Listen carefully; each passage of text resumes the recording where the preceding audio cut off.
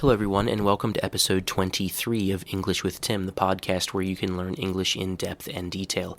I'm Tim, a native speaker English teacher from the United States, also polyglot and world traveler, and author of several resources for learning English as a second language. One of them is Words for Numbers, a Patreon channel with hundreds of words for talking about data and real estate that you can use also for IELTS Task 1 academic writing. It also includes hundreds of color illustrations, including color maps. You can find that at www.patreon.com/wordsfornumbers. So, on to the topic of today's episode. In today's episode, I'm going to get started talking about three different forms of verbs that students often confuse. These forms are the base form, the infinitive, and the gerund. So students often ask me, Tim, what are the rules for choosing the gerund or the infinitive? This is a great question, but in reality, there are three verb forms we need to pay attention to: the gerund and the infinitive, and also the base form. Now, in today's episode, I'm going to do things a bit differently than I usually do. Normally, when I talk about a grammar or vocabulary topic in one of my podcast episodes, I try to talk about every aspect of that topic. I get a little bit obsessive. I just want to do everything and tell you every single detail. This time, I'm not going to do that. Instead, I'm going to deal with this topic in 2 or maybe even 3 episodes. This, I think, will make it actually easy to remember because this is a topic that includes a lot of details if you want to deal with it really in depth, which is what I like to do. So, in this episode, I'm going to do a couple of things. I'm going to explain first how to identify each of these three verb forms, which is the easy part, and then I'm going to talk about the situations where we use just the base form and the gerund. In other words, I'm not going to talk much today about the infinitive beyond just learning how to identify it, which is actually super easy, of course. So, let's get started. Base form. The base form is the most basic form of the verb. It has neither past tense endings nor the SES ending that we use in the present simple for he, she, it, and everyone. It doesn't have any ing on it. It's just the verb with nothing on it. Every verb in English has a base form, no exceptions. Some examples of base forms are be, go, see, try, love, take, know, can, and should. Let's move on. How do you identify the infinitive? The infinitive is the base form of the verb plus to before it. Some examples of the infinitive are to be, to go, to see, to try, to love, to take, to know. You might have noticed that the list of the verbs was the same as it was for the base form, except that in the list for the infinitive, there were 2 verbs missing, can and should. These verbs and the other modal verbs are not used in the infinitive. Last form, the gerund. The gerund is the base form of the verb with the ending ing. Some examples of the gerund are being, going, seeing, trying, loving, taking, and knowing. Again, modal verbs like can and should do not have gerunds. So, let's start talking about when you use the base form, in which situations. So, we use the base form in combination with several verbs, with do, does, or did as a question word or as an auxiliary verb in questions, and with the modal auxiliary verbs. I'll give you a whole list of them right here. Can, could, may, might, must, needn't, shall, should, will, and would. Let's do some examples. Actually, to be really precise, 14 examples. We're going to cover every one of these modal verbs. So, 1, do you have a car? 2, did they call you back? 3, yes, I can meet tomorrow. 4, could you pass me the salt? 5, she could speak English really well. 6, may I make a phone call? 7, bring an umbrella, it may rain. Come with us, it might be fun. 9, you must wear a seatbelt. 10, you needn't come to work tomorrow. 11, shall we go now? 12, we will call you on Thursday. 13, would you like another cup of tea? 14, and last, when we were kids, we would often play in that park. Now that you have heard these examples with do, does, did, and the modal verbs, I want to point out a few things. The first is that there is a modal verb that is an exception to this rule, ought to. I will talk about ought to a little bit later when we talk about infinitives, but I will give you 2 examples right now. 1, they ought to be here soon. Just means they should be here soon. They probably will be here soon. Second example and last one, you ought to come with us. It will be fun. The second thing I want to point out is that I often hear people making a certain mistake. They say can and should with to. This is a mistake. It doesn't stop you from being understood, but it does sound bad. So, 2 examples. He can speak English, not he can to speak English. That sounds bad, but he can speak English. Second example, the weather is beautiful. We should go for a walk. Not we should to go for a walk. That sounds bad. I've been listening to people speak English as a second or foreign language for many years, and there are mistakes that I've gotten used to and that don't bother me anymore. But can to and should to still sound bad. Not call a doctor, my ears are bleeding, or the sky is falling, kind of bad, but still pretty bad. It doesn't sound good. So pay attention to that when you speak. Listen to yourself speak when you talk. The last thing that I want to point out about base forms is that we use let and make with the base form. So this make is make in the sense of force someone to do something.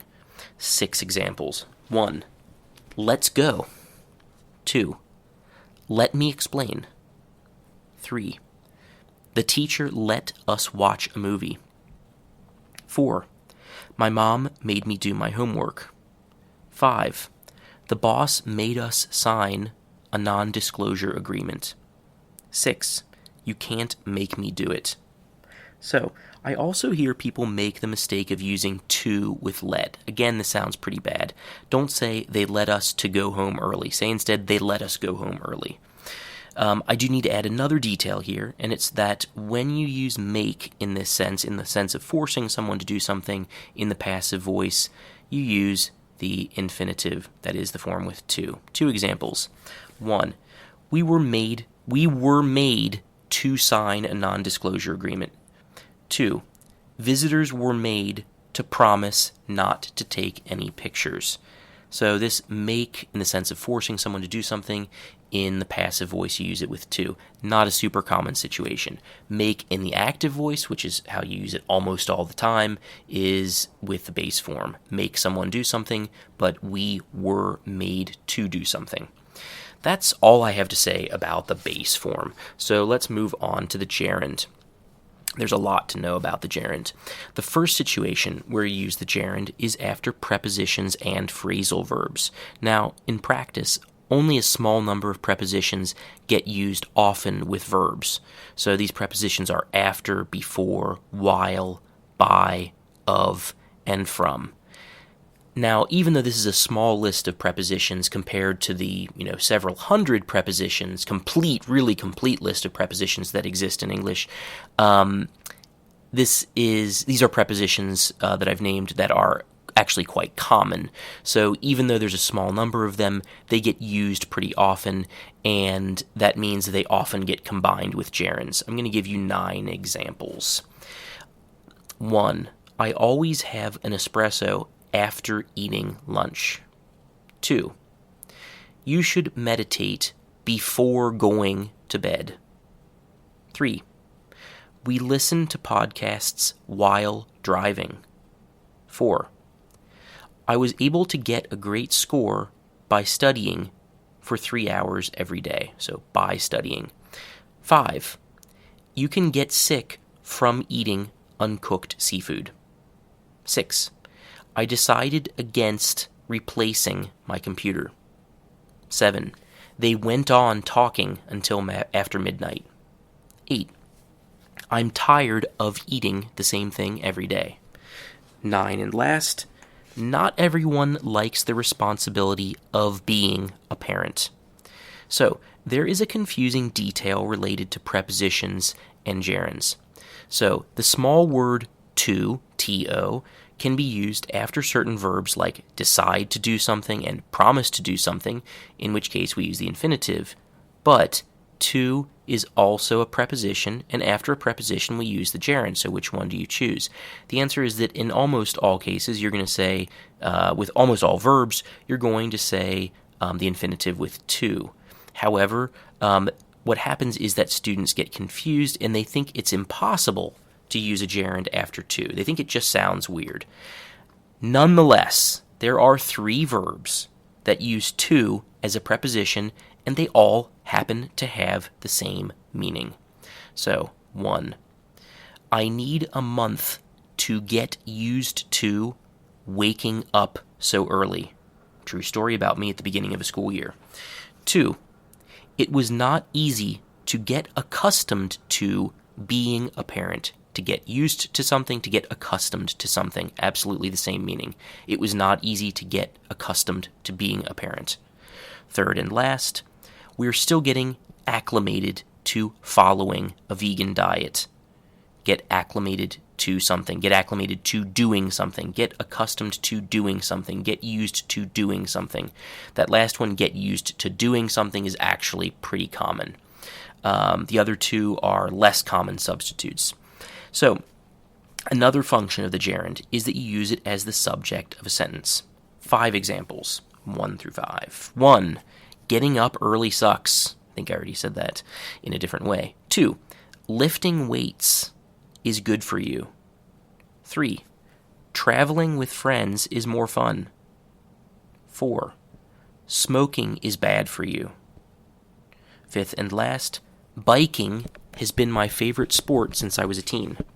So, another situation where you use gerunds is in active participial phrases. What's an active participial phrase? So, let's start with 3 example sentences. The first 2 without an active participial phrase, and then another very similar sentence with an active participial phrase. Sentence 1, no participial phrase. Some people receive free medical care. Sentence 2, again, no participial phrase. People who earn less than $20,000 a year receive free medical care. So the phrase, who earn less than $20,000 a year, added an important detail to the subject of the sentence, people. Which people? Not just any people, but instead people who earn less than $20,000 a year. 3rd sentence with an active participial phrase. Now we're going to add this. People earning less than $20,000 a year receive free medical care. The part of the sentence here that is an active participial phrase is earning less than $20,000 a year. That phrase means the same thing as who earn less than $20,000 a year. There's an important thing to note about active participial phrases. We use them more often in formal writing, more specifically administrative style writing, and less often in speech. Let's hear just 2 more examples of sentences with active participial phrases. 1, people sitting at the front of the bus will receive drinks first. 2nd and last, businesses employing a large proportion of female workers receive a tax credit. So, active participial phrases are actually a bigger and more complex topic than the explanation I've given here, but it's big enough that really it's not possible to deal with them fully here without really distracting from the main topic of gerunds and base forms. So I will talk about active participial phrases and their cousins, passive participial phrases, in a future episode. I'll deal with them in full. Lastly, the final situation where you use the gerund is after certain verbs. Listen to 8 sentences here, each with a really common verb that takes the gerund. 1, deny doing something. He denied stealing the money. 2, enjoy doing something. I enjoy sleeping late on the weekend. 3, finish doing something. We will call you when we're finished working. 4, give up doing something. She gave up smoking. 5, go on doing something. That means continue. They went on dancing till morning. 6, mind doing something. Do you mind waiting a few minutes? 7, practice doing something. You should practice speaking English more often. 8th and last, spend time doing something. He spent a lot of time looking for his wallet. So that's everything you really need to know about the gerund, as I said, and about the base form as well. Like I said, next week we're going to deal with the infinitive and possibly also with ambiguous or unclear cases and some unusual cases. That's all for now. I'm looking forward to reading your comments and your thoughts about this topic, and I will see you next Monday. Have a great week.